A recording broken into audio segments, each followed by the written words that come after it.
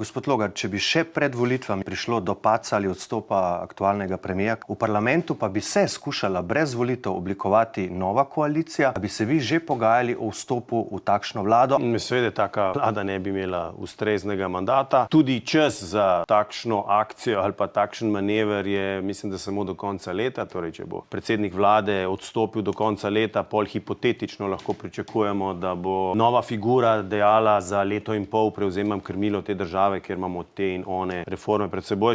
To bi bilo v bistvu na nek način naplahtanje volivcev. Volivci so zaupali odgovornost gospodu Golobu, gospod Golob jih je razočaral. Zdaj, če ne zmore koordinirati sicer najmočnejše koalicije, imajo notranja trenja tudi zaradi postopkov, ki se vodijo zoper njega, mislim, da je edino pošteno, da pač pove svojim partnerjem in tudi svojim političnim somišljenikom, da je treba iti na nove volitve. In lepota demokracije je ravno to, da se karte na novo premešajo.